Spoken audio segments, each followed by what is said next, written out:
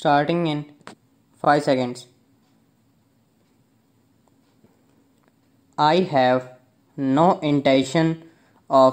giving a certificate about which my honorable friend Dr. Krishna Swami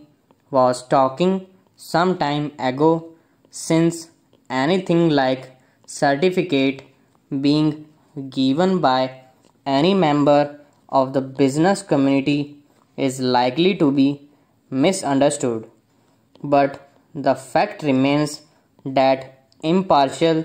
observers both here and abroad have testified to the soundness and stability of our finance, which have successfully withstood severe stresses and strains of the changing economic factors, both national and international, and for this the fullest possible credit is due to the wise handling of the situation by our present finance minister. There have been criticisms on both sides. Some have described the budget as pro big businessman, as something which has brought about a boom in the stock exchange, and as something which has brought about satisfaction in the business circles. The fact is that if there has been any satisfaction, it has been due purely to negative features of the budget and not because any positive relief in any direction has been given to business or industry. It is true that there were certain fears in the minds of the business community that, in view of the expanding and growing needs of the center, the finance minister might resort to certain further additional taxation, and since those fears were not realized,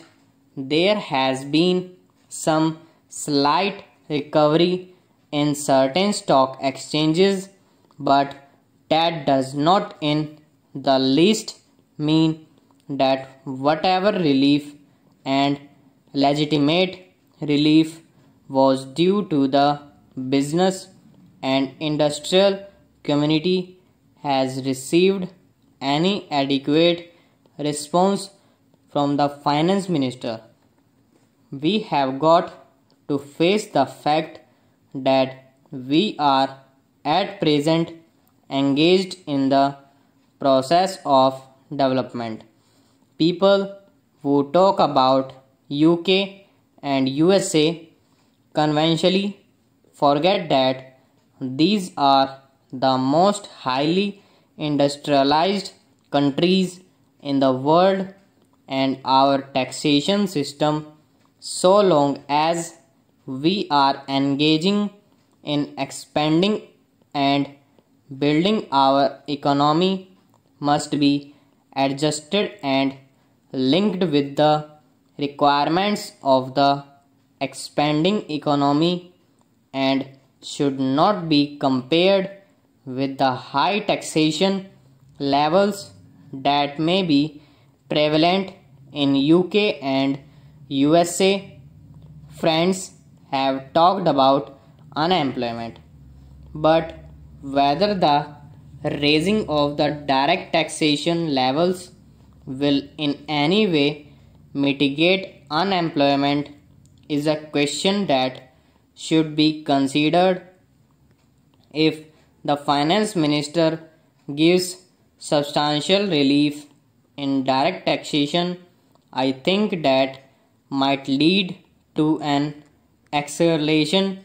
in the pace of development. So it has to be considered whether it is relief in taxation which will lead to a reduction of unemployment, or whether it is raising of taxation to the utmost levels, which will dry up the resources and channels of capital formation, and thereby not only retard all further development but might also throw the functioning of present industries out of gear. So my submission is that when the Taxation Inquiry Committee has been appointed, it is only logical to expect that no substantial changes in the taxation structure will be made until the findings of that expert committee are known, until we know the incidence of taxation in the various sectors of our economy. Now, coming to the question of deficit financing, I am afraid that my esteemed friend's attitude was somewhat different from the line of opinion in the business and industrial community. Note that we advocate deficit financing for bring any artificial rise in prices, but the fact is that those who have criticized deficit financing have not suggested any other alternative or made any other constructive suggestion which will bring about necessary development plans. After all, the fact has got to be faced that whatever program we have set up in the national plan should go on unimpeded by any financial consideration. An assurance has been given by the finance minister that so far as financial resources are concerned, he will ensure that the 5-year plan will not in any way be retarded. In this connection, I can only say that deficit financing is one thing so far as the revenue budget is concerned, so far as normal expenses and expenditure are concerned. Certainly, nobody would advocate deficit financing, which might be very undesirable, but when it is a question of doing something abnormal, of investing something in productive channels, then certainly some risk has got to be taken, and I think the finance minister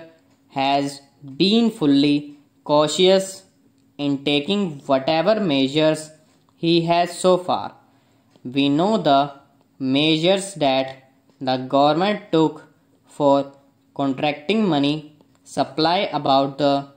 end of 1950, and certain other measures adopted which brought about a slump. Also, from time to time, the finance minister did not hesitate to mop up the surplus, which, as the record would show, has been about rupees 300 crores during the past 4 or 5 years. Stop.